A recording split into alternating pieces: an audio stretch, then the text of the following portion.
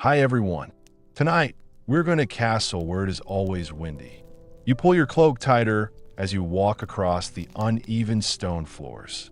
It is cold, and your legs feel like they're being touched by icy fingers.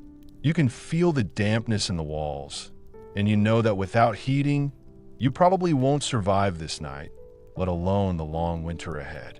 But don't worry, you won't really be stuck here. You're safe in your warm room, getting into this story with me. So, before you get comfortable, take a moment to like the video and subscribe, but only if you genuinely enjoy what I do here. If you wanna, you can also tell me where you are in the time there. Now, turn off the bright lights, and let's walk through the stone corridors. You imagine yourself walking slowly and heavily through a dark room, hearing your own footsteps. The castle looks huge at night, silent and empty, but there's a quiet sound of the winter wind in the air. When you turn a corner, you quickly realize what life is like in such a place. Those stone towers you see on postcards or in documentaries. They're not the cozy cottages you might think. They are cold, empty drums of sadness when winter comes. It's strange to think about kings and queens wrapped in fur and robes during the day, and shivering like the peasants outside at night. But the difference is clear. While villagers huddle together in small, single-room huts to keep warm, kings and queens try to make big, cold rooms feel warm and cozy. You notice the smell of smoke coming from a fireplace that isn't being used. The flames flicker and waver, unable to resist the icy cold air that is pouring out of the narrow windows. There's one fact about castles that always strikes you. The problem is that there is no real insulation. Not even the thickest stone can stop the cold. It just soaks it up. If you step close to a castle wall in winter, you will immediately feel the cold. Historians still can't decide if kings and queens really slept better than the rest of the population, or just pretended to. Did fancy decorations and pretty bedding make much difference when your breath made the air above your face foggy? Maybe, but they also had a symbolic meaning. The royal bed was much more than just a piece of furniture. It was a throne that had been put sideways. As you go deeper, you can hear the sound of water and imagine a huge bed in a room above. These weren't the simple, everyday things that most people have in their homes today. They were raised off the ground and layered with straw mattresses, feather ticks, woolen blankets, and sometimes even bear or wolf pelts. You realize the bed itself became a place of safety in a very cold world. But the plan never really went ahead. People drew curtains around their beds to keep the heat in. The rustle of the heavy fabric and the quiet voices outside made the bed feel secret. You might compare it to camping under lots of quilts, except the quilts were made by royal weavers and had bold patterns that showed how rich they were. But you have a strange thought.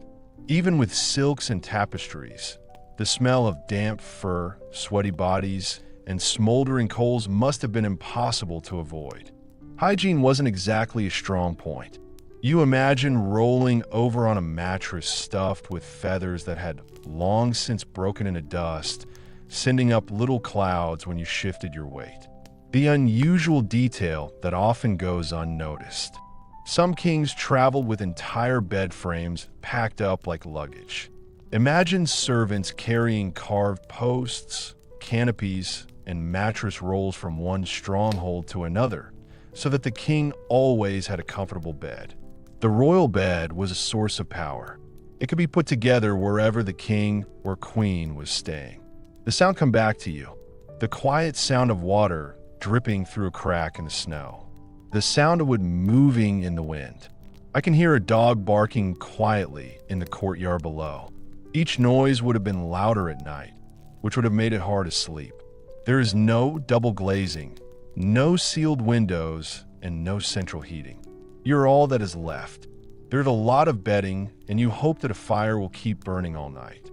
You lean against the door of the imagined room, feeling the cold iron latch with your fingers. The king and queen behind it are more vulnerable than you might think. They are without warmth and without help close by. They would be just another pair of people shivering in the dark. Even with all the pomp and ceremony, there's no denying the power of winter. The candle falls out of its holder and you go back into the corridor. Your mind wanders to the grand bedchamber, where kings showed off their power while secretly hoping to keep their toes warm. You smile a little when you think that, even though they had all the comforts of home, royalty still had the same problem as you would have if you were camping out tonight without a heater. You climb the winding staircase, your hand brushing the rough stone, and the air grows heavier as you approach the upper levels.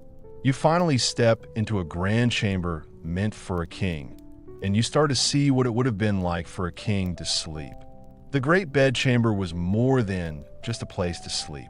It was a stage, a place where power and respect were shown while pretending to be resting. The bed is the most important thing in the room.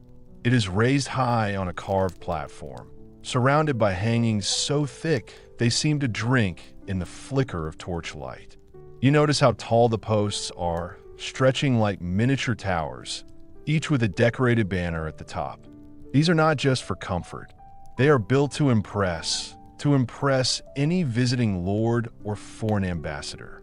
Look at the wealth of the king who is buried here. But there's something strange about it. Most people never saw a king in his actual bed. The chamber was more of a symbol than anything else.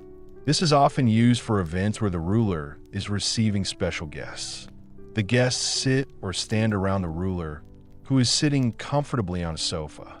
Imagine a room that mixes the feel of a medieval throne room with the comfort of a bedroom. The furniture in this room was not just for personal use, but also served as a display for the public. The main fact here is simple. Royal bedchambers were some of the most carefully guarded and richly decorated rooms in castles. Their tapestries are for more than just keeping warm. They are also for storytelling.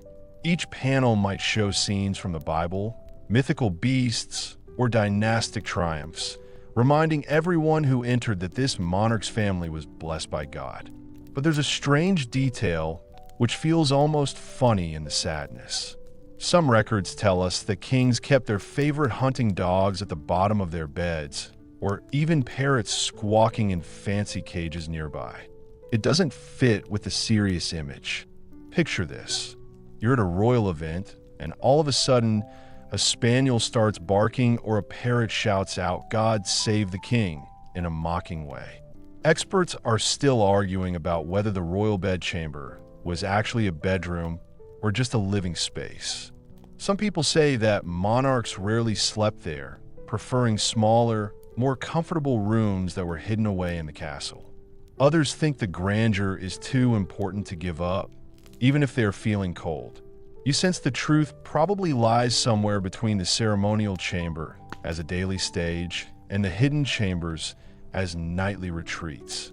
You can feel the thick air, which smells a bit like beeswax polish, and smoke from a fireplace that isn't very powerful. The room is too big for the heater to keep it warm. Your breath makes mist as you go in, and you see the bed curtains tied back during the day, waiting to be drawn tightly once the last attendant leaves at night. The curtains are not delicate fabrics. They are heavy brocades lined with fur or wool. Their weight reminds you that survival here was as important as being beautiful. If you run your hand over the embroidered surface, you can feel the raised stitches and tiny knots of thread. These are made by fingers that must have been sore for weeks. This is art that has been used as bedding. The truth is quite simple. The king's chamber was another fortress, but this time it was made of fabric, feathers, and ritual objects. You look at the corner where a small table for evening prayers is sitting. It was as important to kneel before going to bed as it was to draw the curtains. Sleep was not a time for personal enjoyment. It was a moment of vulnerability, and it was like something from a religious experience. Monarchs would bless themselves before going to bed. They believed that this would protect them from both physical and spiritual dangers. And the number of people coming in stayed about the same. the chamberlain, the groom of the stool, and the guards outside the door. No king was ever truly alone in this space. Privacy, which we now take for granted, did not exist. They even recorded what it was like to be undressed. It's strange, isn't it, that in a room built to show off power, the very intimacy of sleep became a shared spectacle. You look around one last time. The soft fabric of the canopy hangs down a little. The fire is low, and you can hear the echo of your footsteps. This chamber was made for display, not coziness. Maybe the king kept a smaller room somewhere behind these walls where it was warm. But this was the official stage, the grand declaration of royal rest. Even if the reality was stiff limbs and toes half frozen.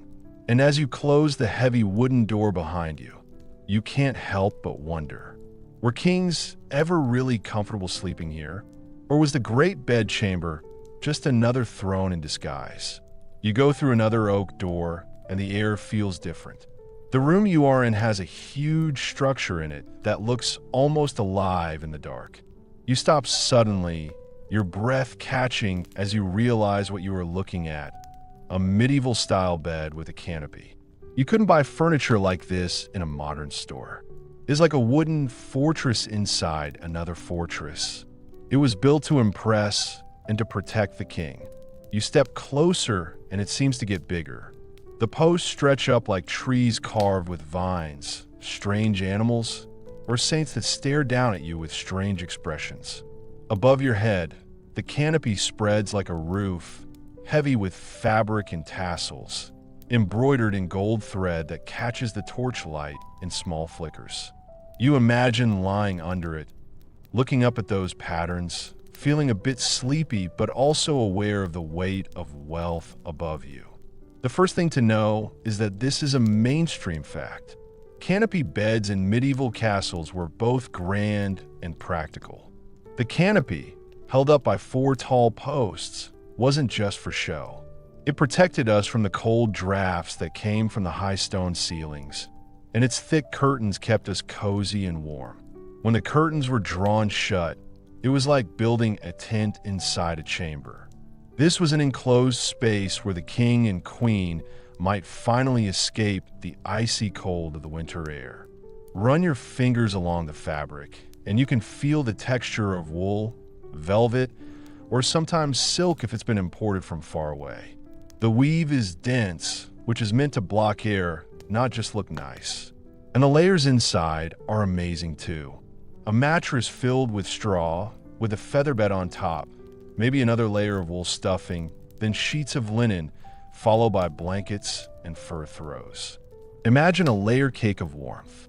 Each level is a different way of protecting against the cold coming in from the stone floor and the cold seeping through the window shutters. Here's something interesting. Some of these beds were so big and so fancy that they had to be taken apart and moved bit by bit when the king traveled. Imagine a group of servants carrying things like bedposts, curtains, and mattresses across muddy winter roads, just so the king could sleep in comfort miles away.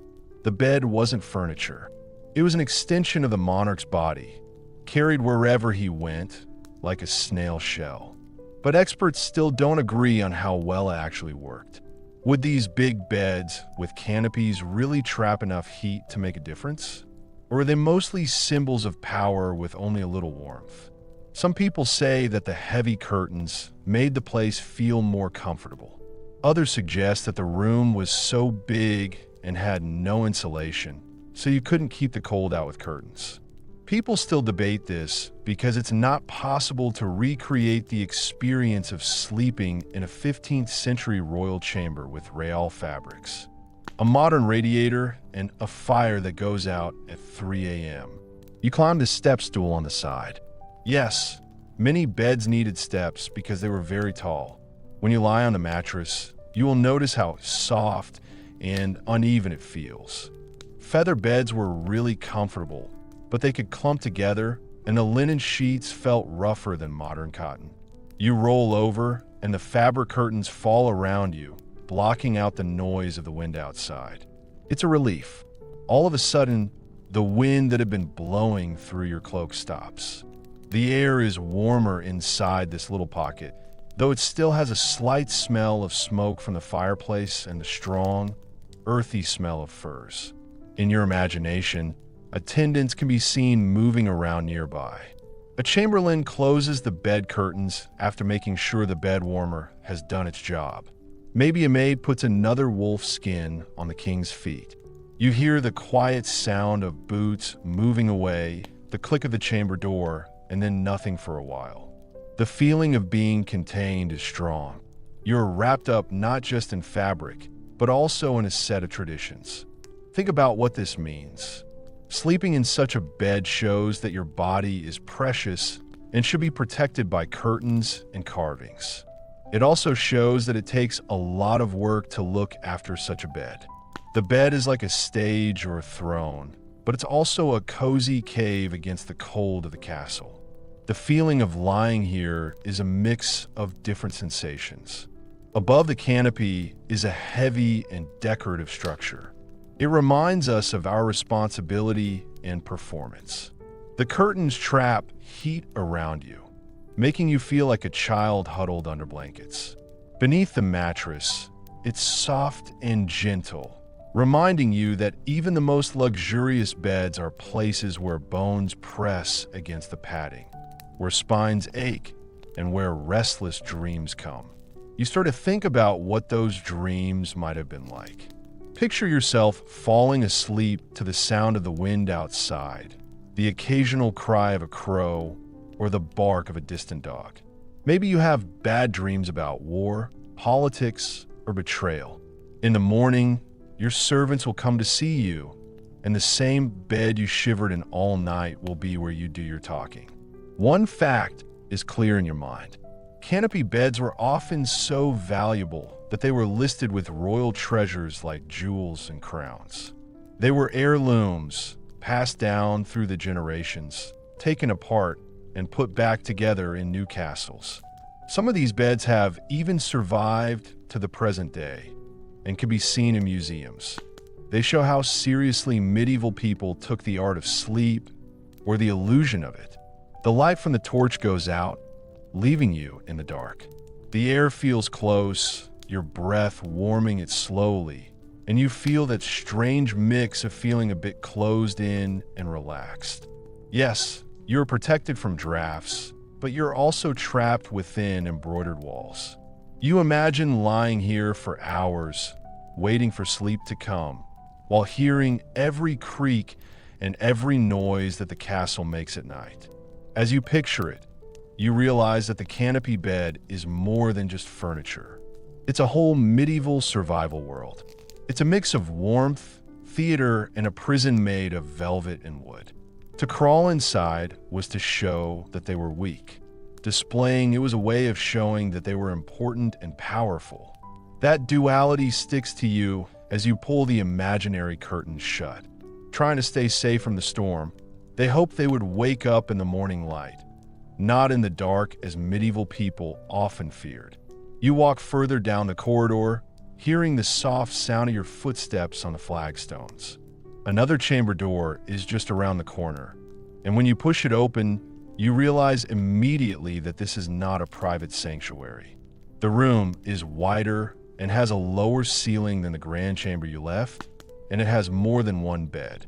You can still feel the presence of the people who were here, as though they were talking quietly late at night. This was a shared sleeping space, and the arrangement felt very different to what we're used to today. The general view is clear. In medieval times, royalty and nobility rarely slept alone in private. The great bedchamber might hold the king's huge bed, but there were smaller beds, pallets, or narrow beds for courtiers, attendants, or guests. Try to picture yourself trying to fall asleep while someone else is lying very close to you. They're breathing steadily or snoring very loudly. The idea of having a private bedroom for each person is a modern one. At that time, it was normal for families, servants, and staff to sleep together. In fact, it was expected. You can picture it now. The royal bed, which is big and has curtains, is the most important thing in a room. Narrower beds are placed along the walls at the sides. These might hold favored knights, personal secretaries, or noble companions who needed to get in right at dawn. Servants often unrolled pallets right on the floor near the fireplace, grateful for any warmth they could get. The room is filled with people asleep, all squashed together in one cold room. And yet, here's something a bit unusual that will make you smile.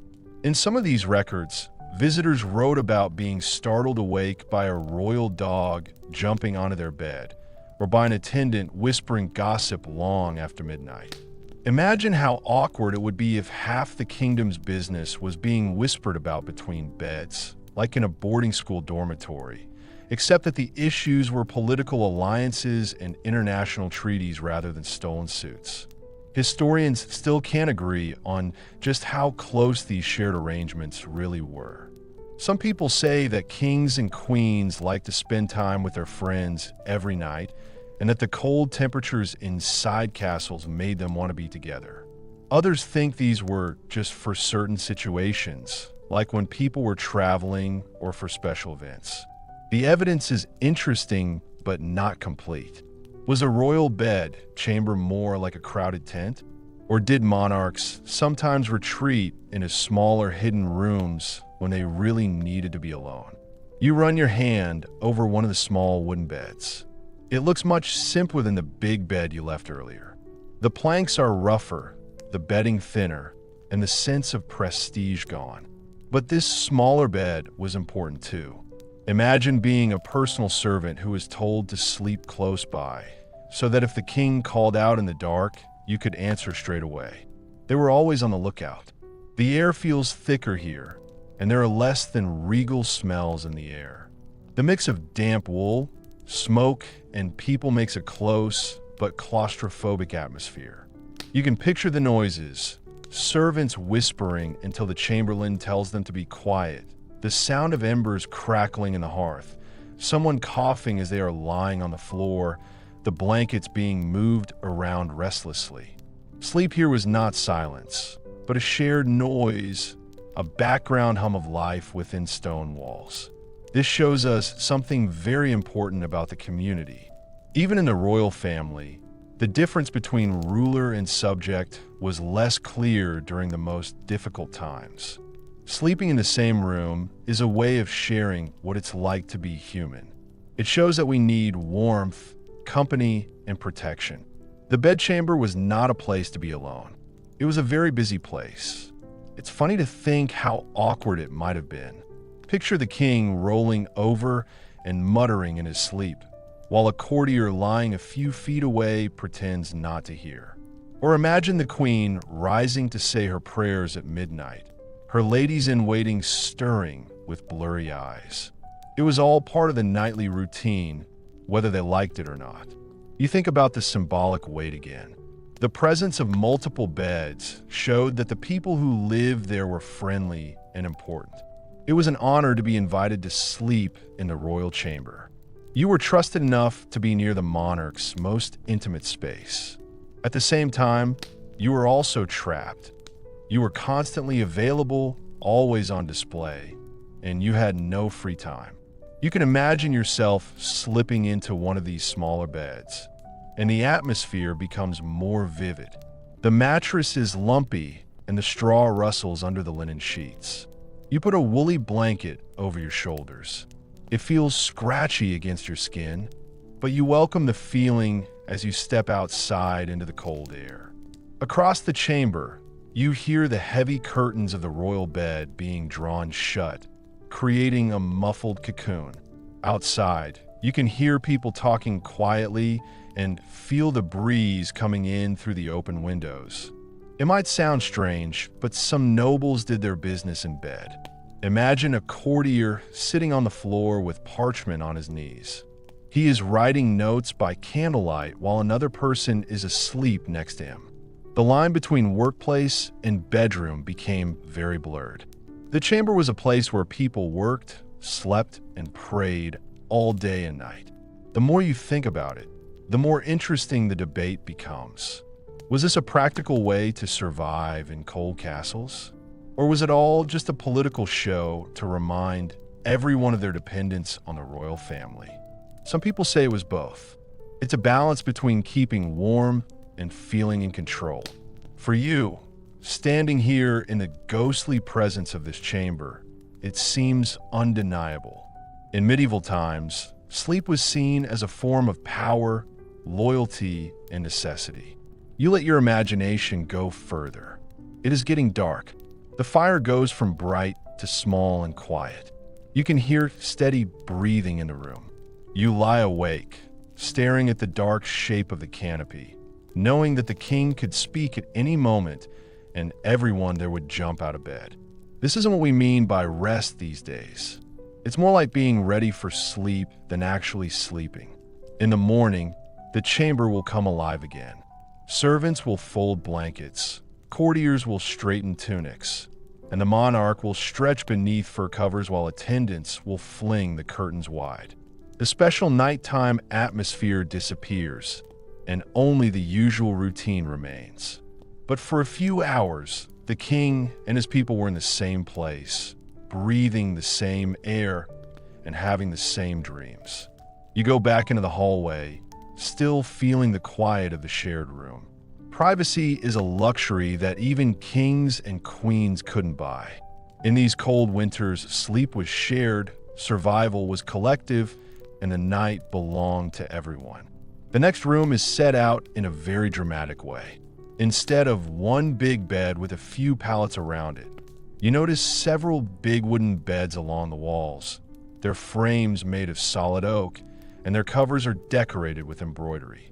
It is not the cozy intimacy you just left or the grand isolation of the royal bed. This is different. You stop, looking puzzled, wondering why a single royal chamber would have more than one of these beds. The simple truth is that in medieval times, royal and noble chambers often had more than one big bed. This was less about romance and more about politics. In some courts, it was common for kings and queens to host important guests, powerful allies, or even rivals in the same bed.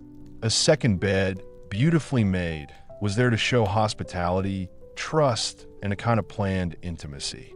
Think about the message it sent. You are important enough to sleep under my roof, close enough to my person that I will let you share the privacy of my bedroom. You walk past one of these extra beds, and you see that it's not just dumped in a corner. Its posts are carved, its linens arranged with care, and its coverlet is heavy with gold thread. It was not an insult to be put in this bed. It was a sign of the king's favor, like being welcomed into his inner circle. You imagine ambassadors from faraway kingdoms lying awake under such covers, feeling amazed at the honor and worried about what it meant. But then something funny happens that makes you laugh. In some households, these spare beds weren't just for living guests. They were kept in the chamber so that visitors could see that the monarch was ready to host at any moment. It's like having a guest room that's always set up for guests, but here the guest might never come. The bed itself became a symbol of their generosity and hospitality. Even so, experts are still trying to understand what these different beds mean. Were they really used as sleeping places for visitors? Or were they just symbolic gestures, more like theater than practical rest? Some people say that it was very rare for an outsider to spend the night near a king's room. Others say it happened more often than we think, and that it was a way to make friends in a world where contracts weren't as important as what you could build together. The debate continues, unresolved, like the faint smell of incense woven into the fabric of the coalites. You can picture the king better now, in his big bed with the curtains pulled around him like a fortress. A trusted friend is lying on a spare bed a short distance away. They're not hidden from view, and they're in a position that suggests they are open to being watched. People were sleeping on raised beds next to the fire. They all wake up as soon as they hear something wrong. It is a bit of a mix, a slumber party, a political meeting, and a hostage situation that looks like a friendly welcome. Come closer to one of the empty beds and feel the embroidered sheets. They are cool, crisp linen, stiffer than modern fabric, but beautiful. The pillows are filled with goose down. Above the bed is a picture of saints or a family crest. The eyes of the stitched figures look down as if to bless or judge the person lying there. And then you can picture the awkwardness, the rustling of blankets, the creaking of wood, and the quiet sounds of sleep, all shared between the king and his guest. The snoring of an ambassador might echo embarrassingly through the room while the king lay awake, gritting his teeth. Or maybe the king himself snored really loudly, while the guest tossed and turned in bed, unable to sleep. It makes you laugh quietly to yourself, but also think. The medieval night was not private, and it was not silent. Every movement and breath was part of a shared performance that made even resting seem like a show. The details you can see, hear, and smell come back. You can smell the faint scent of lavender sachets tucked into the sheets to keep away insects. You can hear the crackle of the fireplace, trying to keep the cold air out. You feel the uneven softness of the mattress beneath your hand, which is stuffed with feathers that have become lumps.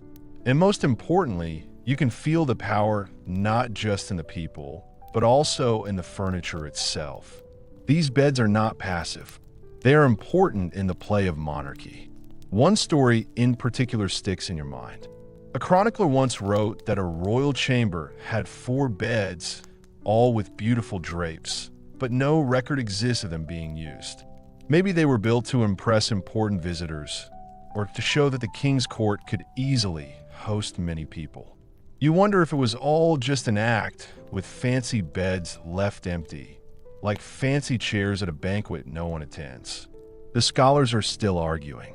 Did the building have a practical purpose, like being a place for important people to rest? Or was it more like a symbol? Was the chamber like a hotel suite, or like a theater where beds symbolize generosity, security, and wealth? You linger at the foot of the royal bed again, seeing how it looks much bigger than the others. The hierarchy is clear. The king's canopy is raised. The curtains shimmer. The embroidery stands out. The other beds are fine. Yes, but they are never equal. The message is clear to see. Hospitality exists, but supremacy never sleeps. You imagine yourself getting into one of those guest beds. The linen is stiff and the air is cold. Across the room, you can hear the quiet cough of the queen behind closed curtains. You wonder if you'll be able to sleep, knowing guard patrol just outside, knowing you are both honored and watched. The more you think about it, the more you realize that beds in medieval castles weren't just about comfort. They were talking about choreography, who was placed where, who was seen, who was hidden behind curtains, who slept nearest to the royal body. These decisions could change who the characters are friends with, or make someone jealous. One night's arrangement might lead to years of politics. So, you leave the chamber and look around one last time. The beds are made up perfectly, as if they're waiting for someone who might never come. You understand that in this castle, where it's always freezing cold and fires burn in huge hearths, even sleeping was part of the political and power struggles. The corridor bends again, and you feel the air cool as you enter a room with shelves and chests.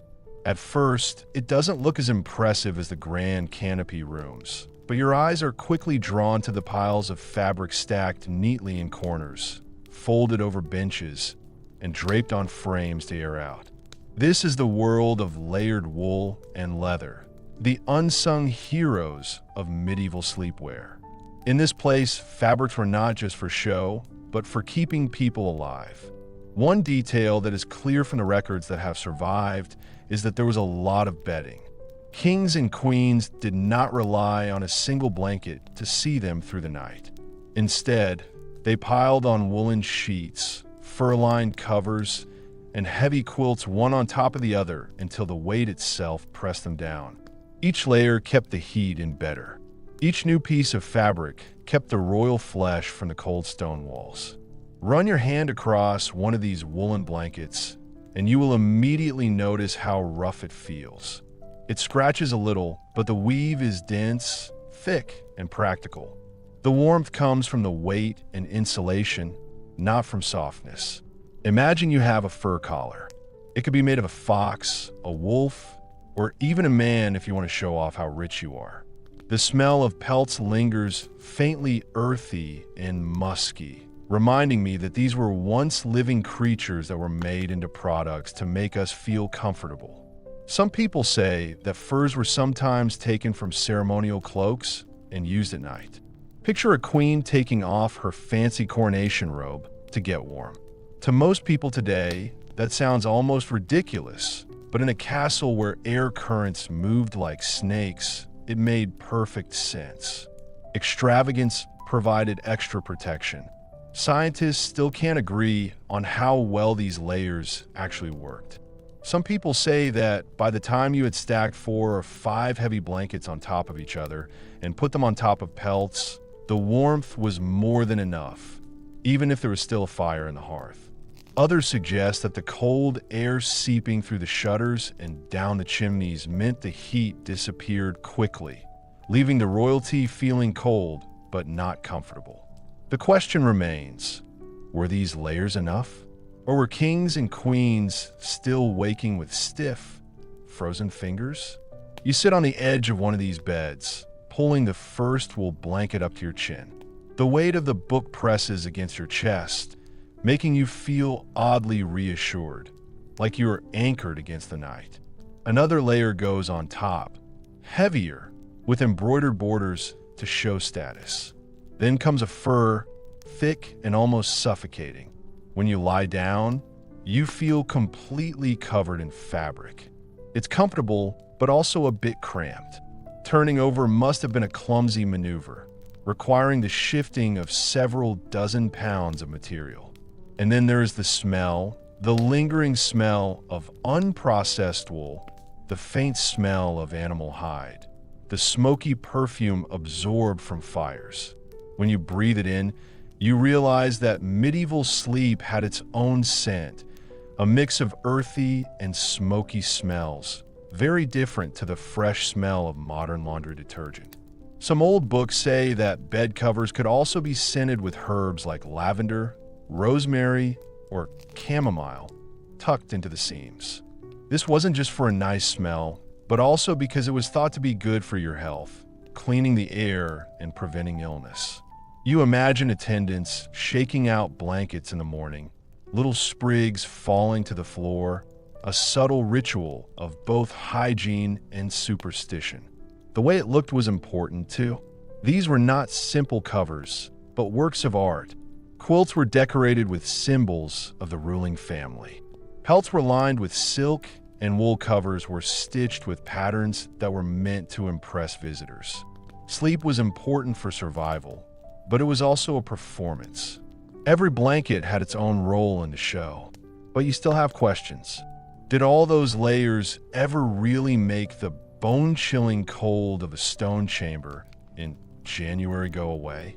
Some experts say that the layers worked very well, creating pockets of trapped air that kept the heat in, like a basic version of a down comforter. Others say that the huge size of the cold got even the thickest furs, leaving kings to toss and turn to spite their warm clothes. The answer may never be certain, but the debate makes things more complicated. Close your eyes and picture the layers of fabric pressing down on you, the heat slowly getting stronger, and the feeling of being closed in like a child. It's strange, but it's comforting. Your shoulders hurt because you can't move them. You imagine drifting towards sleep, listening to the quiet sound of wind outside the curtains, wrapped in fabric that is both a status symbol and a blanket. When you look closely, you can see how much work has gone into creating these layers. Each cover had to be made, colored, decorated with embroidery, cleaned and looked after by lots of servants. The wool came from flocks of sheep that were looked after by farmers in fields that were far away. The furs came from hunters who risked the wild and snowy outdoors. The embroidery was made by people who spent months working on it. A royal night's sleep was not just about being rich. It was the end result of many, many hours of hard work. You think about this as the fire goes out. Sleeping in a medieval castle wasn't as silent and lonely as you might think. It was a shared effort, had a political purpose, and was very labor-intensive. Each blanket on the bed was a symbol of power, trade, and social order. You feel even more overwhelmed, and you wonder if they were looking for warmth or to be reassured that they had authority even in your dreams. As you walk further in, the size of the stone starts to feel overwhelming. You stop in a small passageway where the dim light from your torch makes faint shadows on the walls that seem to go on forever. The air is cold and wet, and it smells like minerals and moss. This is the part that the guidebooks rarely mention. Stone walls are not neutral backdrops. They are cold engines of discomfort. When winter comes, every surface becomes cold. We know from looking at lots of old buildings that castles were amazing at protecting people, but they were very difficult to keep warm. The walls were very thick, sometimes over 10 feet, so they stored cold like huge ice boxes. If you stand close to them and press your palm against the uneven surface, you will feel a sharp, metallic pain. There is no insulation or barrier of wood or plasterboard. Instead, there's just raw stone which soaks up the night frost and then releases it back into the chamber. As you imagine lying in bed against such a wall, you shiver. The wind was strong. Gaps around window shutters, cracks in door frames, and the open design of stairwells let air flow into every room. Even the tapestries, which were thick and had been made with many threads, were more than just for show. They were basic insulation, not just for show, but to block the constant noise of air getting in through every crack. One interesting thing that some old family records show is that nobles would change their curtains and bedclothes at different times of the year. In summer, lighter fabrics were hung out to dry. In winter, the thickest wool or velvet was used to line walls and even ceilings. Picture servants climbing ladders to put up huge pieces of fabric on the ceiling, trying to make the room feel more comfortable by covering up the cold. It seems a bit extreme, but it shows how architecture was a big part of the way of life. Experts still can't agree on how comfortable these big buildings are. Some people think that once heavy curtains were drawn and tapestries lined the walls, the air could become warm enough, at least near the fire. Others insist that the cold was so bad that castles were not a place where people could live much of the year. They were used as places to defend against attackers, but not as places to live. The truth was probably somewhere between the cozy places that were hidden among the drafts.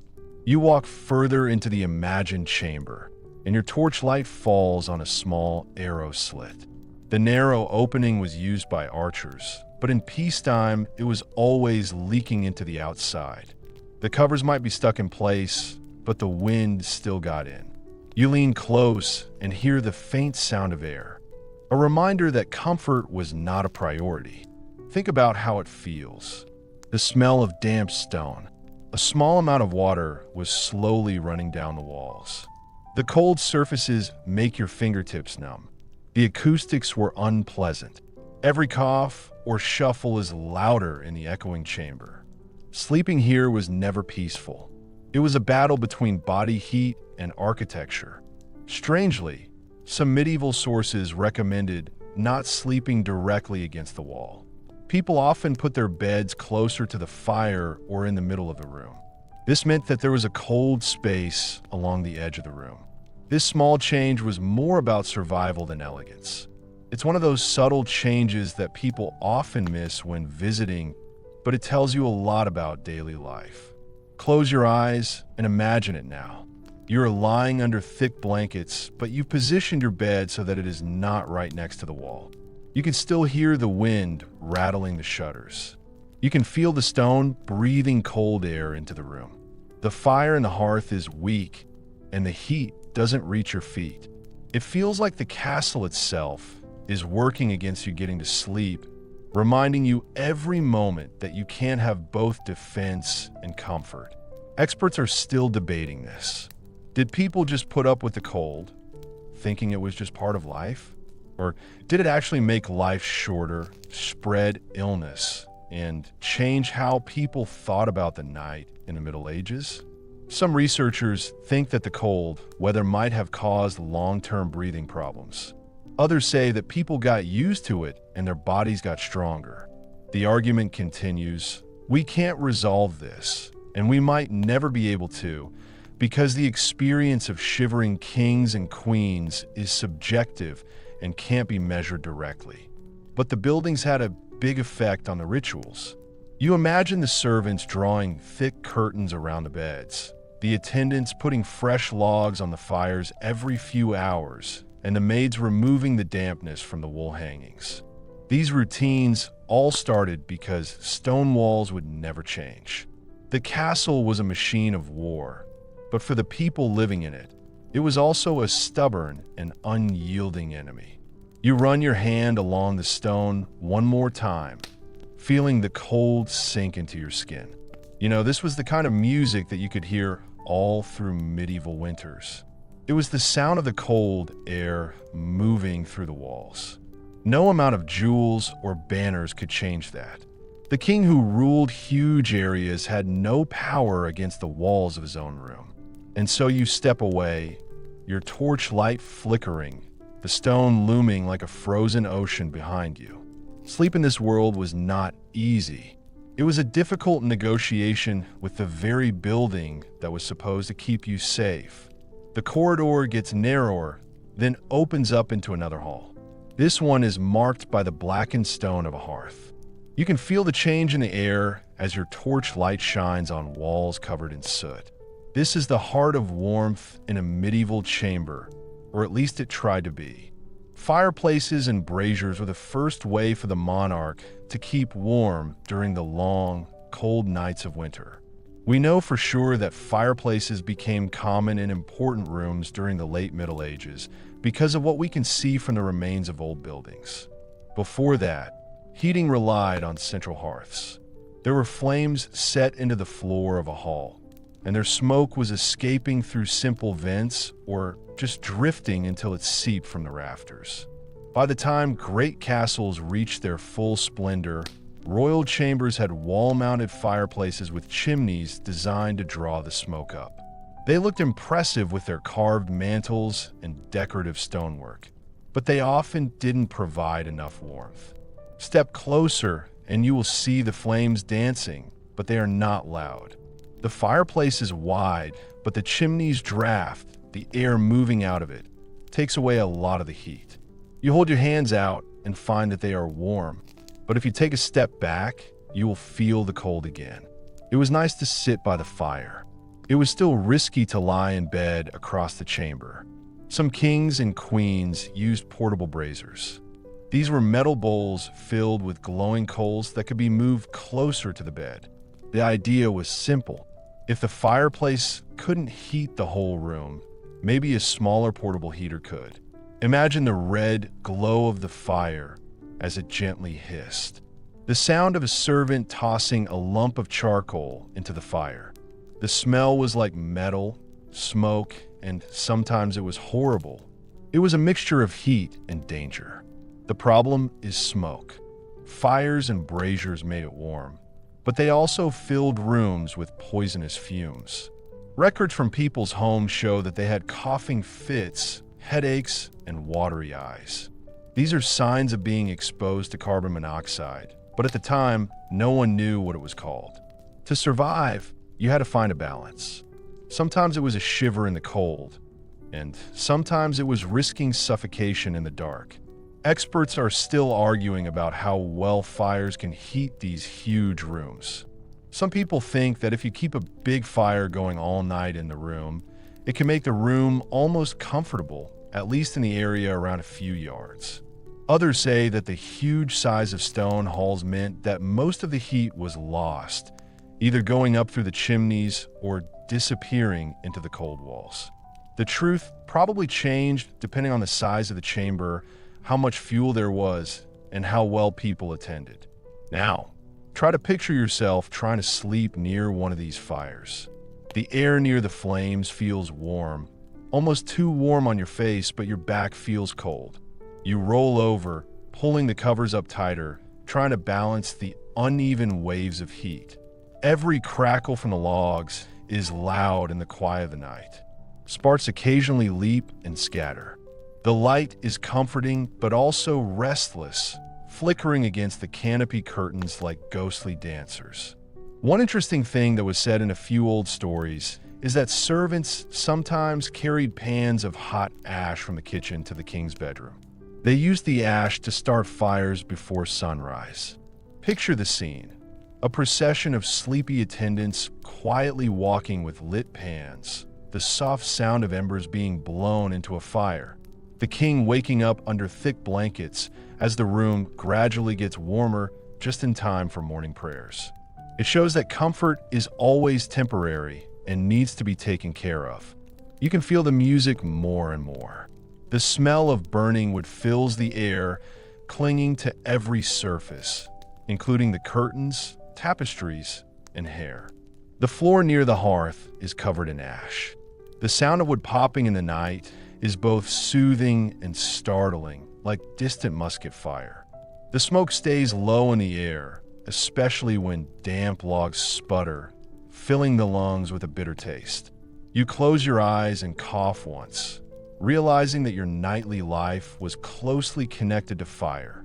But even with its problems, the fireplace became like a stage.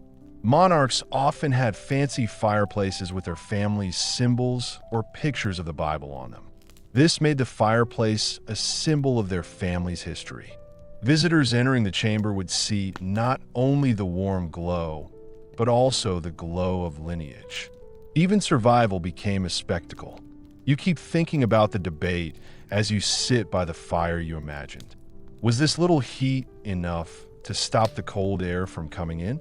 Or did kings and queens lie awake, one side of their body burning while the other froze, cursing the very walls built to protect them? Maybe the truth is that sleep came because we were exhausted and couldn't cope with the discomfort anymore. Think of the servants again, crouching nearby to keep the flames alive. Their night was restless as they had to keep feeding the fire. The survival of the monarch was in their hands. Without them, the fire would go out by midnight, leaving only cold ashes and sad dreams. As the last log crumbles into embers, you realize how fragile the whole system is. The royal power could command armies, raise taxes, and dictate law, but it could not command fire to last forever. In the end, every night was a fight between flames and frost, one that rarely ended in total victory. You lean back, the warmth fading from your face, the cold pressing in again from behind. Sleeping in this room was never really peaceful. It was a fragile peace between stone, smoke, and flame, where even the richest king relied on a few embers to survive until morning. The next room is smaller, darker, and lined with wooden chests that smell slightly of iron and soot. A servant kneels by the bed and slides something interesting between the bed sheets. A pan that has a long handle made of metal and shiny, with some glowing embers inside. You instantly recognize it as one of the most unusual medieval inventions, the bed warmer. We know from looking at inventories and household accounts that bed warmers were common in royal and noble residences by the later Middle Ages. They were simple devices, a shallow metal pan with a lid that could be opened and closed, attached to a long handle filled with hot coals or ashes. The servant would gently move the pan under the covers to make it less cold for the king before he got into bed. It wasn't central heating, but in a castle where stone radiated frost, it must have felt like a miracle. You lean closer and hear a quiet hiss as sparks touch the fabric. The risk is immediate. The ember pan is very hot and could cause a fire if it comes into contact with wool or linen. It's a delicate balance, being warm without being too hot. Many people must have been worried about burning the royal sheets, or even worse, setting them on fire. But they had to take risks because they needed to do something. One strange story in old letters tells of a lady in waiting who forgot to close the lid of the warmer, which scattered hot coals all over the floor. Everyone starts to panic. You can hear them shouting and stamping their feet. A sudden bucket of water shows how dangerous this nightly ritual could be. Imagine trying to sleep in a bed that has been in contact with fire. People who know a lot about this topic have different opinions on how well these devices worked. Some people who know a lot about this say that bed warmers only give you a little bit of warmth, and they only heat the sheets for a short time before the cold returns. Others say that when used correctly, they create a pocket of warmth that lasts long enough for the sleeper's body heat to take over. The truth probably changed depending on how skilled the attendants were, the time of day, and how determined they were to keep the embers from falling over. You can picture the scene more clearly now. The room is cold, but the servant has just finished his work. The king or queen gets in a bed, the sheets no longer stiff with ice, but warm. The curtains are drawn, the fire is low, and for a few minutes, it feels like everything is just right. Then the air slowly becomes cool again, the sheets cooling slowly. The cycle repeats the next evening, and this ritual of warmth is always temporary. The sensory elements are very strong. You can smell the iron and the coal. Your fingers touch the sheets and feel the warmth of the person you are with, like the breath of life on glass. The sound of the pan scraping gently against the bed frame echoes in the quiet room. It is comfort mixed with risk, a close relationship where there is always a risk. There is also a sense of tradition involved. Warming the bed was a sign of service and loyalty. If you slid glowing embers under the king's bedclothes, it was a sign that even in his most vulnerable state, sleep was protected by his servants. The king and queen were warm, not just because of the technology, but because of the people. And what of the servants themselves? Imagine their hands all rough and scarred from using these devices so much, their noses full of smoke, their eyes watering from sparks. They were the invisible guarantors of comfort, sacrificing ease so that someone else might fall asleep more quickly. It's easy to forget the human cost of medieval warmth, but it's still there in every memory. There was also a slightly different version. Some records mention hot stones wrapped in cloth or bricks heated in the hearth. These were slipped into beds to radiate gentler, longer-lasting heat. Unlike ember pans, these were less likely to cause a fire, but they weren't as intense. Every night, they had to decide whether to use stone or coal. They had to think about whether it was safer to use stone or coal. As you pull the imagined covers up around your shoulders, you think about how short-lived this comfort must have been. The glow would fade within minutes, leaving the sleeper needing thick blankets and body heat again. The bed warmer was a kind gesture, but it didn't solve the problem. It was just the start of a long night where he would keep shivering. But the ritual was important. It made it seem like you could control the temperature, even in the coldest castle. Maybe it was less about the temperature and more about making them feel better. The best thing about sleeping in sheets that had been touched by fire for a short time was how good it felt. In a world where control was everything, even being able to control the cold for a short time was important. You stand by the door of the chamber, watching the last bits of smoke rise from the metal pan as it cools. The king sleeps, covered in curtains, while servants clear away the dangerous tool. Tomorrow night, it will be the same dance of coals and linen, risk and relief. And you realize when you go back into the corridor that the warm feeling of the medieval era was always short-lived. Fires died, furs chilled, coals cooled, nothing lasted. Comfort was not permanent, but it was bought every night through rituals, danger, and never-ending effort. It makes you smile a little because, in a way, the bed warmer tells the whole story of medieval sleep. It's clever, it's risky, and it's never quite enough. You go deeper into the castle, into its sleeping world. This time, you notice the clothes hanging on the pegs and stools, not the bed itself. Here is another forgotten aspect of medieval survival: the clothes people wore to bed. Sleep was not just about getting comfortable in silk pajamas. It meant dressing carefully, wearing lots of layers to keep warm. We know from surviving household records that special night clothes existed. Monarchs and nobles wore long linen shirts. These sometimes reached to the ankles. They were used as both undergarments and sleepwear.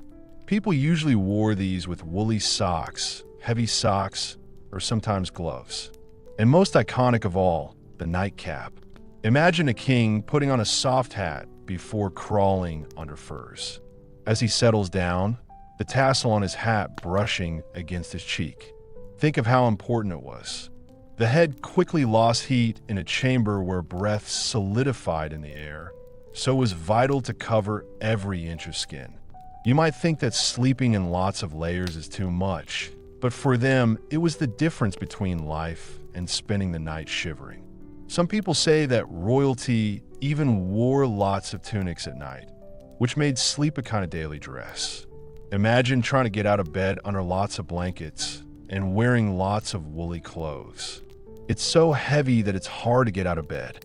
People's comfort was put to one side so that they could survive, and everyone knew that this was necessary. Experts still can't agree on how thick these layers were. Some people think that kings and queens, protected by fires and tapestries, might have been fine with just simple nightshirts. Others insist that the bitter cold made people dress in layers, sometimes even with cloaks pulled across the shoulders. People are still debating this, as there are some descriptions of it in inventories and letters. The truth is likely that it was different in each castle and from one cold January to a warmer March. The most memorable detail is the fashion of sleeping caps. They were practical and sometimes personalized with initials or tiny stitches. Imagine the strange intimacy of a queen removing her jeweled crown at night, only to put on a simple woolly hat in the morning.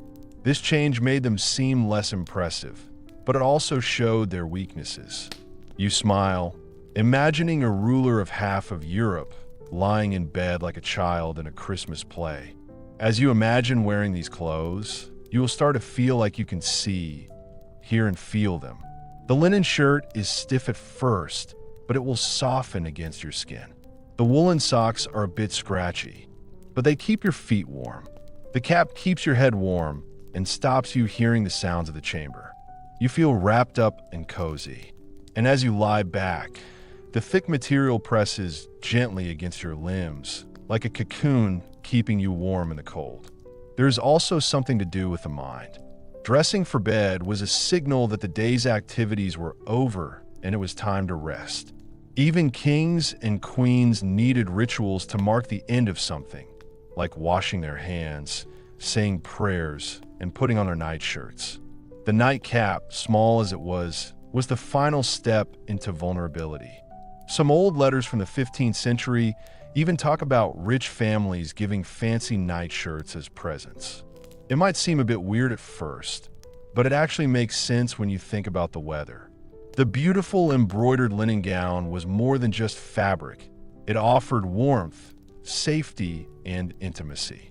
Sleep itself had become a kind of currency, a way to show love and care. And then there were the funny moments. The chronicles sometimes mention servants laughing quietly when courtiers walked quickly down corridors in their night clothes. This was because they were startled awake by alarms or sudden visits. Can you imagine how embarrassing that would be? A duke running through stone corridors in a long linen shirt and cap, shaking with cold. He was trying to look serious.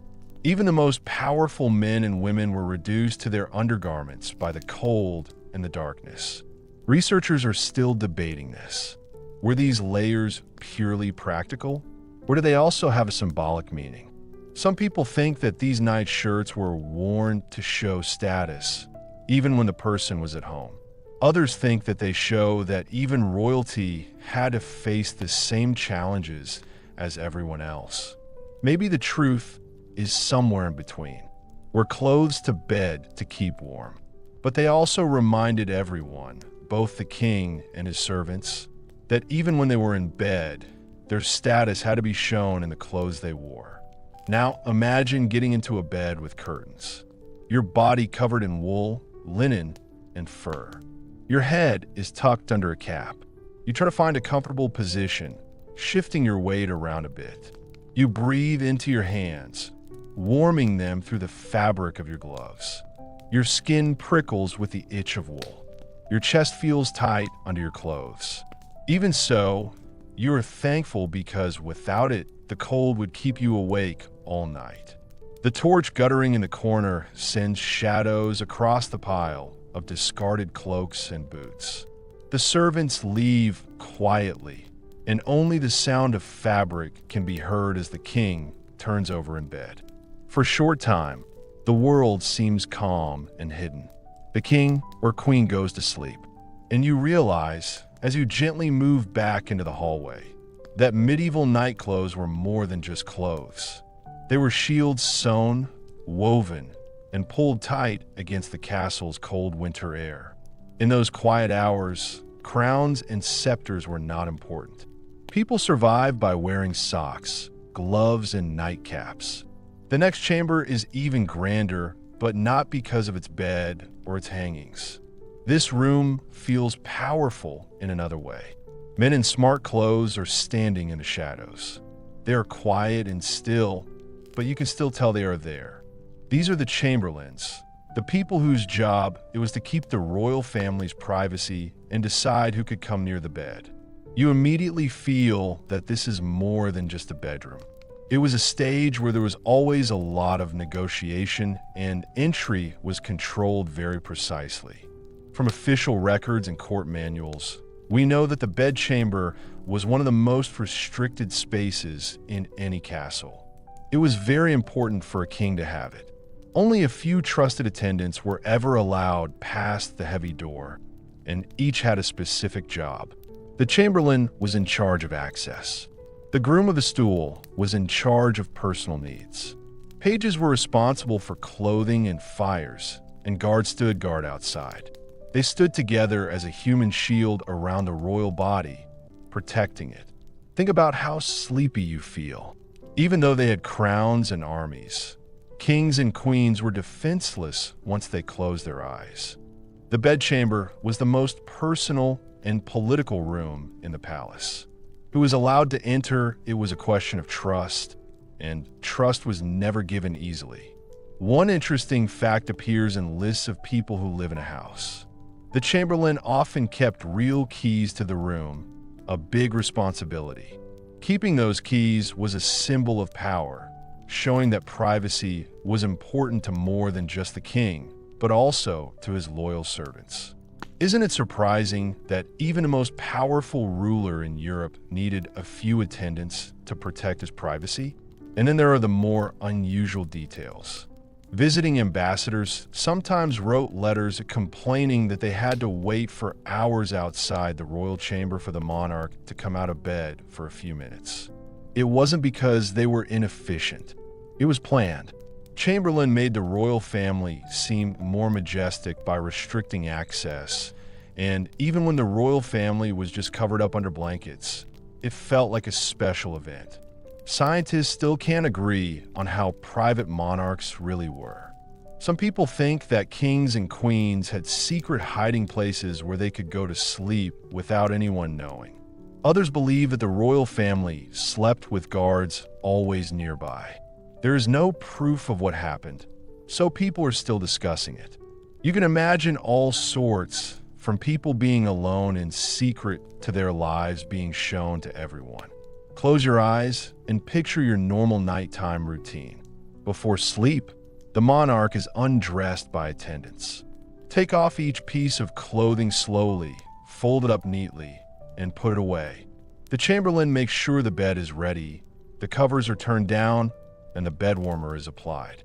When the king or queen goes to bed, the servants put out the candles, say a few words to God, and go back to their beds by the door. The room falls silent, but not completely. A cough, the sound of boots shifting, and the creak of armor tell you that you are never truly alone. The sensory experience is complex. The heavy wooden door closes with a thud, but you can still hear the faint sounds of guards in the passageway.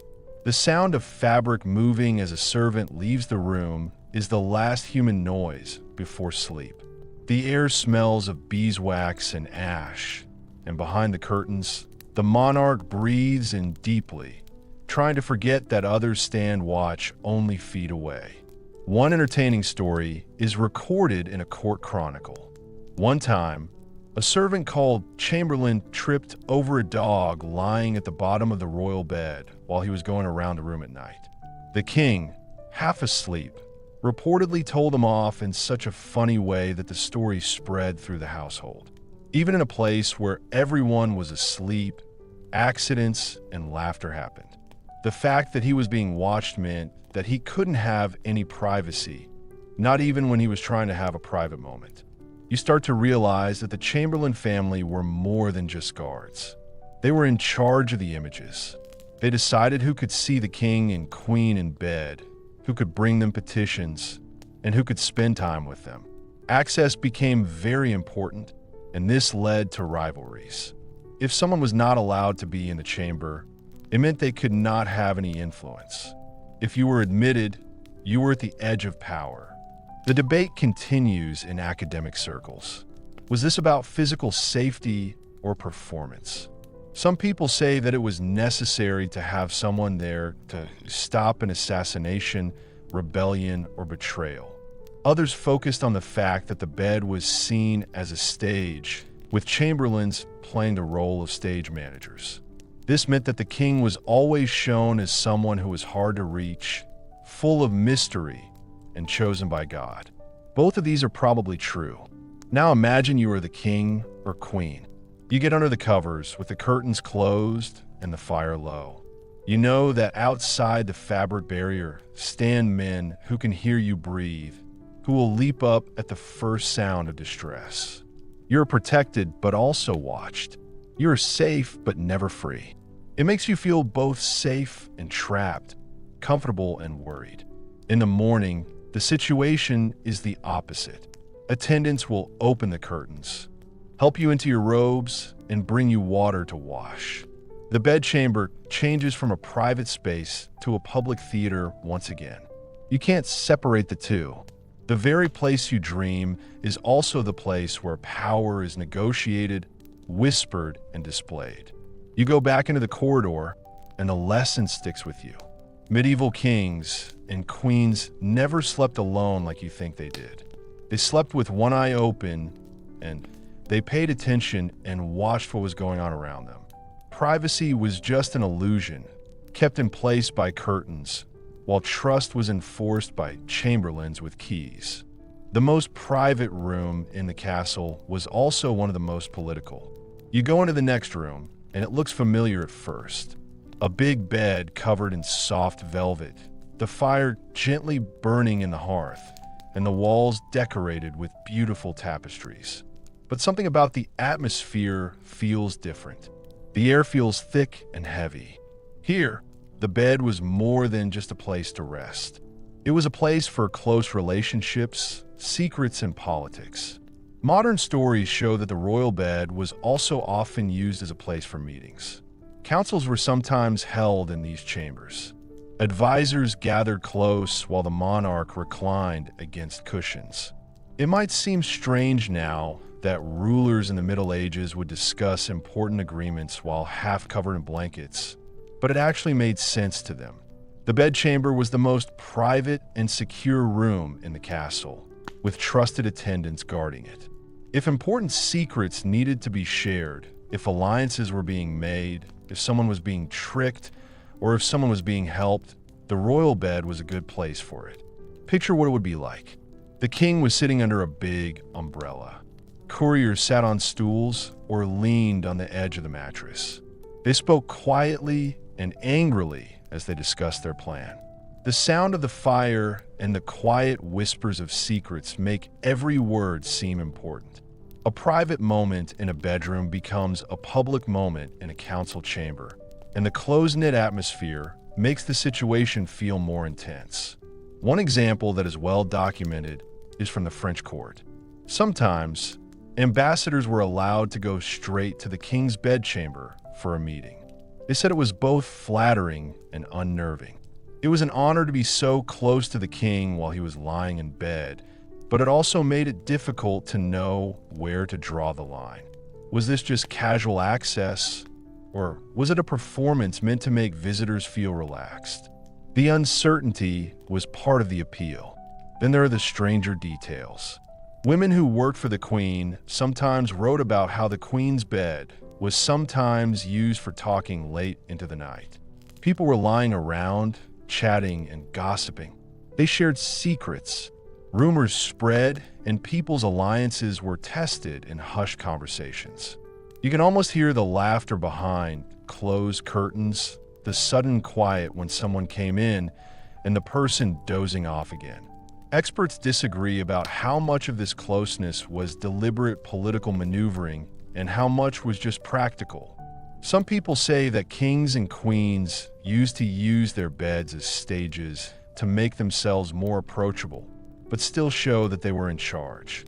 Others suggest it was the natural result of people living in small spaces where it was hard to have privacy, and the warmest room was the one where everyone met. But the symbolism of the song remained the same. To be admitted to the royal bed was to be in the inner circle. Now imagine you are in that group. You sit on a small stool in front of fire. The flames flicker in your face. The queen leans back against cushions with golden lilies embroidered on them. Her hair is down, her hands are folded in her lap, but she speaks calmly and in a commanding way.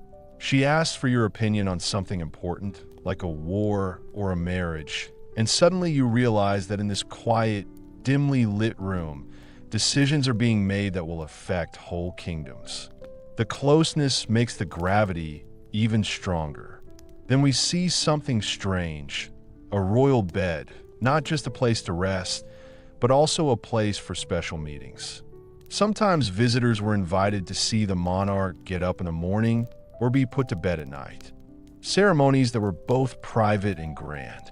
Picture yourself going to bed and having your ruler drink spiced wine or say prayers while attendants arrange pillows.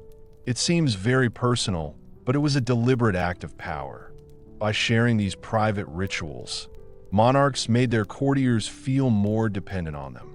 One strange story tells of a visiting ambassador who was very confused when he was asked to speak with a king who was already half asleep under his covers. The man stammered his message, unsure whether to bow, kneel, or sit at the bedside. It's almost funny, but it shows the strange mix of feeling weak and strong at the same time. The sensory experience of being in such a chamber is intense. The bed curtains trap the smell of wool and perfume. The fire is a bit like a gas fire with occasional sparks. The air feels heavy with warmth and tension. You can hear whispers on the floorboards. The sound of fabric moving as the servants move uncomfortably on their stools. The king's voice, quiet and soft, can still be heard over the quiet crowd. Everything about it makes it look like a throne. Historians still can't agree on whether this combination of sleep and politics made the royal authority weaker or stronger. Some people think that this makes monarchs look too human and too weak. Others say the opposite, that deliberately blurring the lines made the mystery bigger and kept people on the outside confused. The fact that so many ambassadors wrote about how strange it was to be admitted to a bedchamber suggests that it worked as it was supposed to. It left an impression that could not be easily forgotten. Now, get behind the curtains and lie on the mattress while the last attendants leave. You can still feel the imprint of where the advisors sat just a moment earlier, and you can almost hear their words. The fire is low, the chamber is quiet, but politics still have an effect. You cannot escape it, even when you are asleep. Tomorrow, it will all happen again. Lawyers whisper in bed. Decisions are made when you are half asleep. You go back into the corridor, the sounds of people talking slowly disappear, and you understand something very important. In the medieval world, there was no real difference between politics and personal life, or between ceremony and private life. Even the bed, the most personal place of all, was a place where power was played out. The corridor you follow now twists downwards towards a wing of the castle that feels less ceremonial and more practical. The walls are flat, the ceilings are low, and the air is cold. You enter a room filled with things you might find in a traveler's room, like suitcases, tents, and rolled bedding. This is the world of the royal traveling bed. It was the companion that followed kings and queens wherever they went.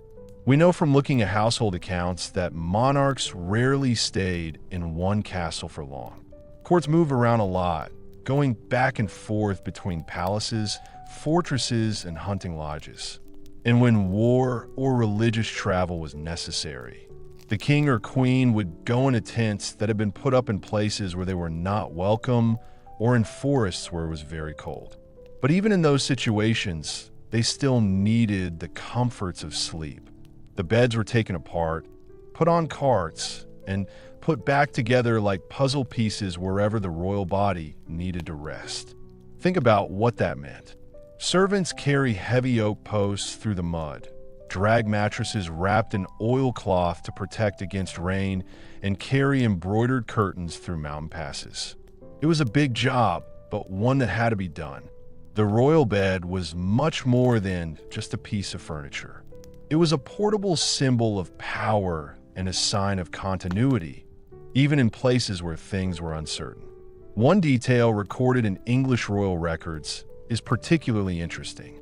Henry VIII traveled with a fancy bed that was taken apart and put back together again.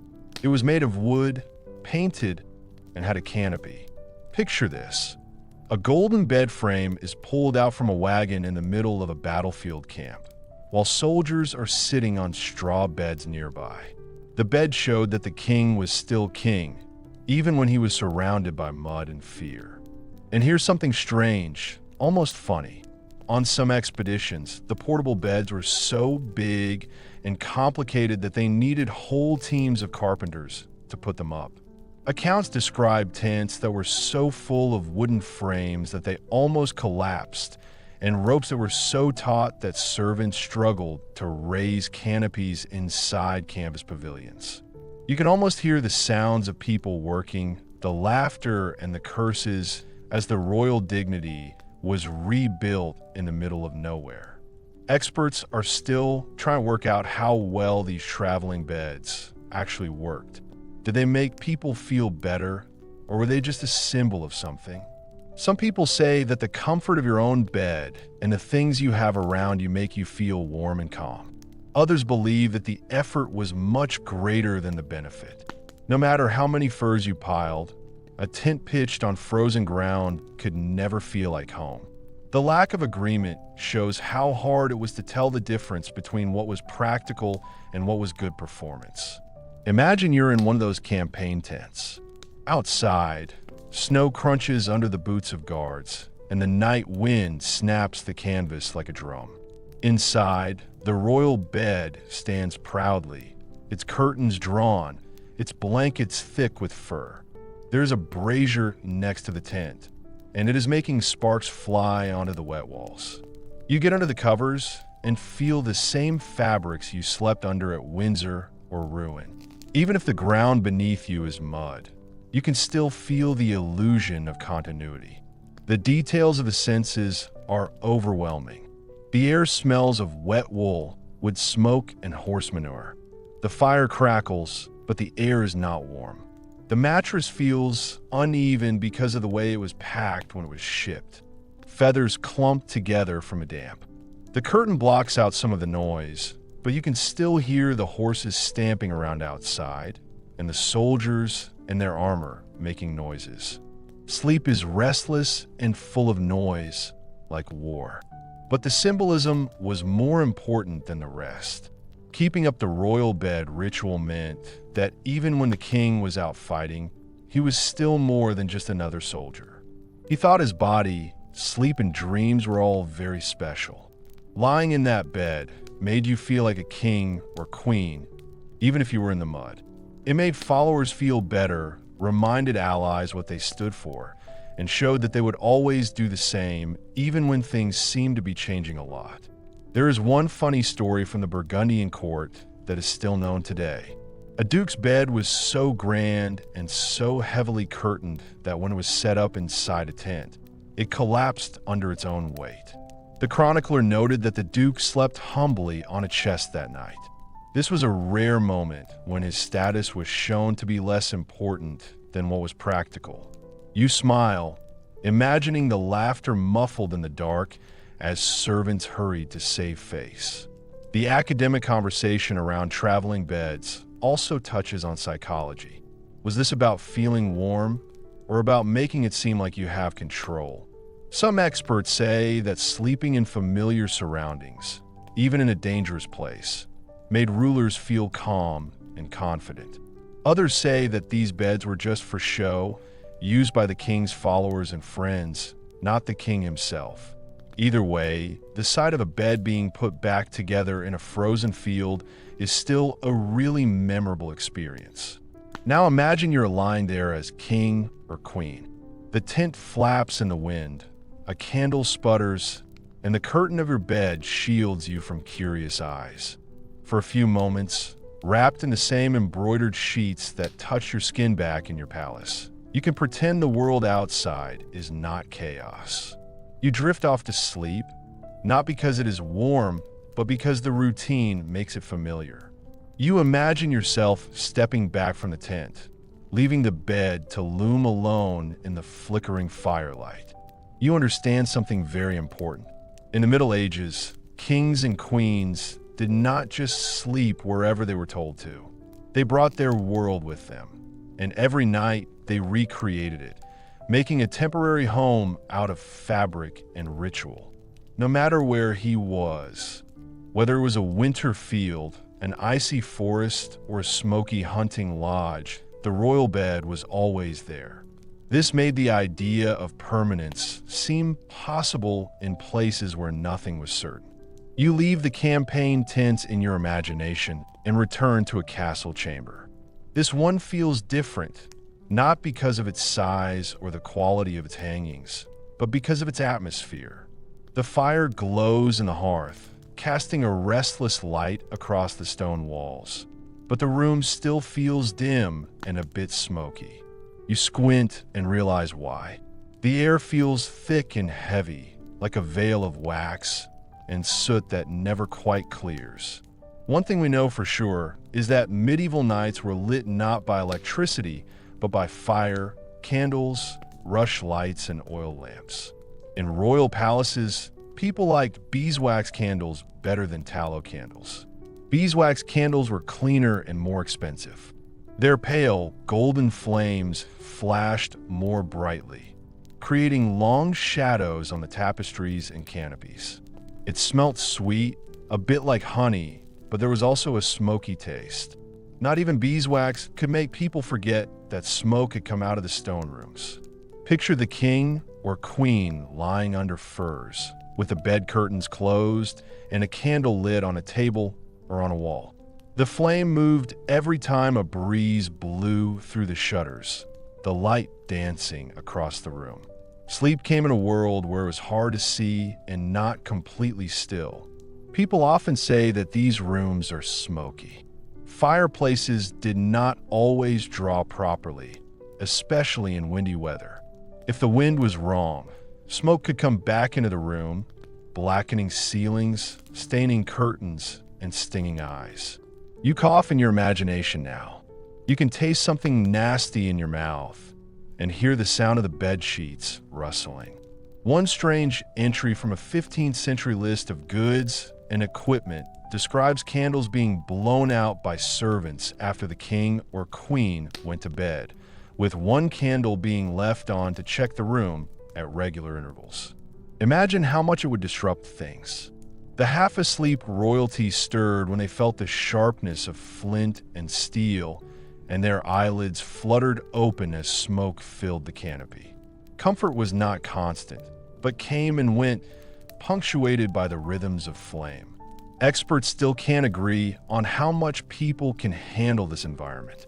Some people say that the many tapestries and hangings soaked up a lot of the smoke, which made it less strong. Others say that if he had been exposed to soot for a long time, it would have been suffocating, and that his bed sheets would have been covered in soot and his lungs would have been clogged. The truth might be somewhere in between, a mix of luxury and irritation, where sweet wax mixed strangely with strong smells. The sensory experience becomes more and more intense. You can smell beeswax melting, and the scent is earthy and rich. You hear the soft sound of a rush light turning on, and the click of a log in the fire. Shadows leap along the treetops, twisting into grotesque shapes that look almost alive. The curtains kept the warmth and the haze, making the space feel cozy but a bit closed in. And there's another interesting fact. Lighting was also important. People used beeswax candles not just because they were practical, but also because they showed that their owner was wealthy. Beeswax was expensive to make and trade, so having 10 or 20 candles in a room showed that the owner was rich. Every flicker had economic importance. Every shadow reminded them that ordinary people were lucky to have even a small amount of tallow for cooking. Also think about the psychological impact. Flickering light can make walls and tapestries seem to waver and shift. You're lying in bed with your eyes closed. It is dimly lit, and the patterns on the curtains seem to move. Was it a lion's head, or did it just move? Did the figure of Saint Michael look angry at you? Or was it just the way the flames were arranged? In this world, dreams and reality are mixed together, and fire and shadow create ghostly images. There is an amusing story about a courtier nodding off in a chair near the bedchamber fire. His wig, or what passed for one, caught a stray spark. The noise of stamping feet and laughter woke the king himself, who reportedly found the scene so funny that he delayed sleep to watch the poor man get embarrassed. Even when it was smoky and uncomfortable, there were moments of humor that broke the silence of the night. Scientists are still debating the psychological impact of all this light and smoke. Did it make the night less scary, or did it keep people half awake, their sleep disturbed by shadows and fumes? Some people say that medieval people were used to sleeping less. Their bodies had adapted to sleeping in shorter cycles. Others say that their restless nights shaped their worldview, mixing real life with dreams. The nightly haze had an effect on it. Now imagine yourself back in that room. You are lying on a straw feather mattress wrapped in furs, with your nightcap pulled down over your eyes. A candle is burning next to you, and its warm light is lighting up your hands. You close your eyes, but light seeps through the curtains. Shadows move across your eyelids. The fire spits, sending a puff of smoke into the canopy. You turn over, cough once, then you're halfway between being asleep and awake. This was a comfortable but imperfect solution, a compromise. As daybreak approaches, the last candle is blown out, leaving only smoke drifting slowly in the room. The king or queen wakes up, their eyes sore from crying, and the room smells of wax and ash. Outside, servants get ready to open the shutters and let in the cold morning air. The night is over, but the memory of the flames and the smoky breath stays with me like an invisible veil. And as you step back into the corridor, you realize that medieval sleep was never completely silent or dark. It was a world of shadows, lit by the glow of beeswax and the smoke from the wood fires. Kings and queens drifted off into a haze, where the line between reality and dreams became blurred. The next chamber is quieter and more subdued, and you immediately notice the difference. The decorations are less intense, the furnishings are slightly smaller, and the air is filled with the scent of lavender instead of smoke. This is the queen's own space, her separate chamber, separate from the king's daughter's chamber. The grand bed's estate were political, but these rooms were different. They were made to be comfortable for special events and to show control. They were also very feminine. Records from royal households show that queens often had their own bedrooms. Sometimes these chambers were next to the king's chambers, with a narrow passage or guarded doorway joining them. Other times, they were farther away in different parts of the building. The separation made sense for practical reasons as well as for symbolism. Queens were in charge of their own attendance, managed their household accounts, and needed privacy to do rituals related to pregnancy, childbirth, or devotion. A royal marriage bed might have been paraded around on special occasions, but most of the time, the royal couple lived in separate parts of the palace. Imagine how much better it would be. When you go in, you see a bed with curtains and tapestries, but the atmosphere is more relaxed. The walls are covered in embroidery, depicting saints or flowers instead of battles. The sheets smell of herbs tucked into seams, rosemary or lavender mint to calm the body. A desk that can be knocked down is close by, reminding you that you should be available to work at any time. This room feels both close and formal. One interesting story comes from the household rules of Queen Isabella of France, which list the daily routine of her ladies-in-waiting. They watched over her closely as she undressed, helped with prayers, and even slept nearby on pallets. The Queen's chamber was not a place of solitude, but a place where women came together, and servants shared whispers late into the night. It was protection, companionship, and control all at once. And then there are the strange things that make you smile. From time to time, chronicles tell us that queens kept small pets like dogs or even monkeys in their private rooms. People liked to keep these creatures as pets, and they were also seen as a status symbol. It's not very nice. A king or queen who is wearing a lot of fancy clothes is getting ready for bed. Meanwhile, a monkey that is chattering, talking loudly, is jumping across the curtains. Or there's a little spaniel dog that is lying down under the blankets. It breaks the seriousness and adds a touch of warmth to an otherwise cold setting. Scientists are still talking about how much power queens really had in these areas. Some people say that the separate chamber gave women a bit of independence. It was a place where they could make their own networks and have influence without the king watching them all the time. Others say that the autonomy was limited because everything was still overseen by attendants and rituals. The truth probably changed depending on the queen herself. Some used their chambers as centers of power. Others saw them as golden cages. Close your eyes and imagine you're lying in this room. You are wrapped in layers of wool and fur, but the scents of herbs and perfumed oils make it even better. The fire is low and is being tended to by a lady before she goes to her own bed. The curtains shut you off from the noise of the castle. You feel safe, but also restricted, like you're being watched, but at the same time, made to feel comfortable. This is a strange feeling for a medieval king or queen. The details you can see, hear, and smell are very clear. You can hear the quiet breathing of attendants on the floor nearby, the quiet whimper of a dog moving in its sleep. You can smell the sweetness of lavender even after you've left. You see the light of a single beeswax candle, its glow turning the embroidered flowers on the canopy into shimmering patterns. It is not as grand and smoky as the king's chamber. It is more personal, but it still follows the same kind of pattern. One story tells of a queen who invited her closest ladies to sleep with her during the coldest winters.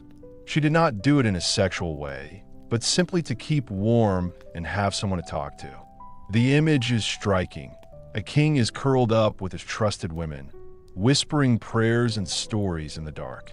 Despite being surrounded by all his wealth, he is still human. You realize that queens were allowed to be close to each other at night, which kings rarely allowed themselves to do. People are still debating whether these chambers were really safe spaces or just places of responsibility. Was the queen's bedchamber a place to rest?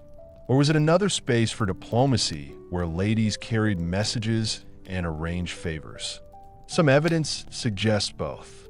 The bed became a place where women had a lot of influence, changing politics from behind the curtains. Now imagine the sun is coming up. The queen gets up with the help of her helper. People prayed quietly, braided their hair, and put on their jewelry. The night becomes a ceremony once again.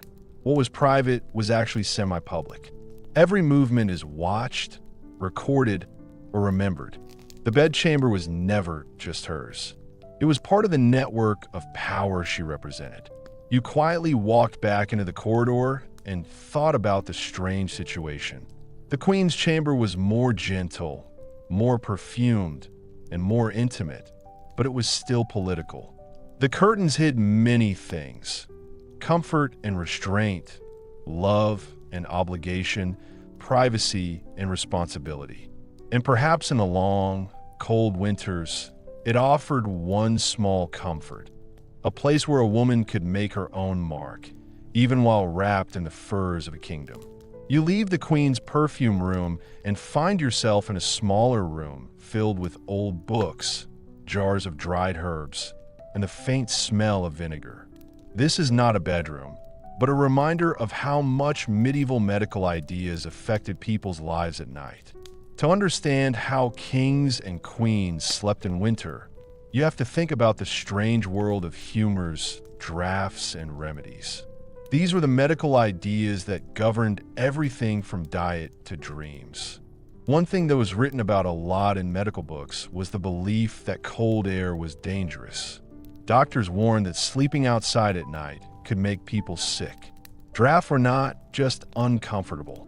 People thought that they could disrupt the balance of the four bodily humors: blood, phlegm, black bile, and yellow bile. For a king or queen, whose health was a symbol of the health of the country, avoiding such corruption was very important. So, the rooms were arranged with that in mind. Beds were set away from walls so that people would not feel the cold. People drew the curtains to keep the room warm and to block out the invisible currents. Fires were carefully managed. If there is too much smoke, it can block the lungs. There wasn't enough flame, which let harmful air settle in. The chamber itself was imagined as a body needing balance and moderation. One interesting old medical recipe says to put bowls of warm, spiced wine by your bed to clean the air. People thought that the rising vapor would drive away bad smells. Picture a servant carefully balancing a bowl of liquid with a strong clove smell next to the king's pillow. The strange smell fills the chamber like incense. Today's historians still don't know how much these beliefs influenced everyday life. Some people say that royal households strictly followed medical advice, and that doctors were in charge of every part of life in the royal chambers.